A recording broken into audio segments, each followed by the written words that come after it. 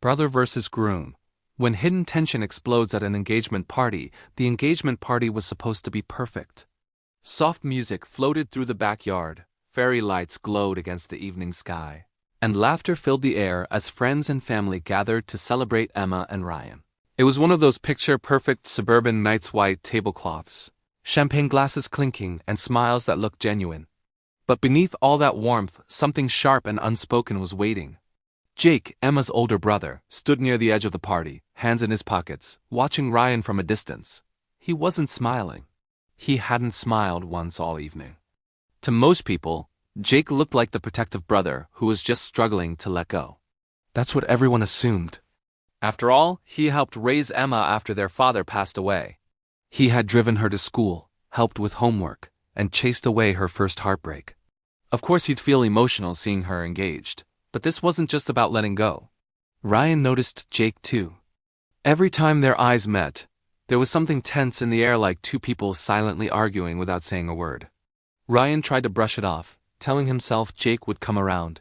Tonight wasn't the night for conflict. Tonight was about love. Emma finally pulled Jake aside near the drinks table. "Are you okay?" she asked gently. "You've barely said anything." Jake forced a smile. "I'm fine. Just a lot going on." Emma hugged him. "I need you to be happy for me. Ryan makes me happy." Jake hesitated, then nodded. "If you're happy, that's what matters." But as Emma walked away, Jake's jaw tightened. The speeches began. Ryan's father spoke first, welcoming Emma into the family. Emma's mother followed, tears in her eyes as she talked about watching her daughter grow into a strong, loving woman. The crowd clapped, some guests dabbing their eyes. Then Ryan took the microphone. He talked about meeting Emma, about how she challenged him, believed in him, and stood by him when he was at his lowest. He looked directly at her and said, "I promise to protect you, respect you, and always be honest with you." Honest. That word landed heavy in Jake's chest. When the applause died down, someone unexpectedly handed Jake the microphone. "Jake, say something," a cousin shouted. The crowd cheered. Emma looked surprised but excited. Ryan smiled politely. Jake stared at the microphone for a long moment. "I wasn't planning to speak," he said slowly, his voice calm but tight. "But since I'm here, maybe I should." The laughter faded. "I've known Emma her whole life," Jake continued. "I've seen her trust people.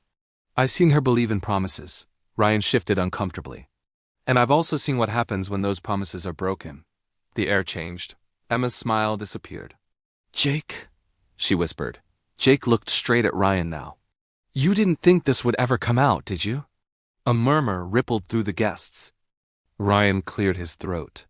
"Jake, this isn't the time." "No," Jake interrupted. "This is the time." Silence. 2 years ago, Jake said, "I watched Emma cry herself to sleep because of a man who said he needed space while he figured himself out." Emma's eyes widened. "That man," Jake said, voice steady but burning, "was you." Gasps spread through the crowd. Ryan's face went pale. "That was before—" "Before what?" Jake snapped. "Before you realized she was worth committing to? Or before you realized you couldn't do better?" Emma stepped forward, shaking. "Ryan, is this true?" Ryan looked at her, struggling. "I was scared back then. I made mistakes, but I came back. I changed." Jake laughed bitterly. "You came back when it was convenient. The party was no longer a celebration. It was a reckoning."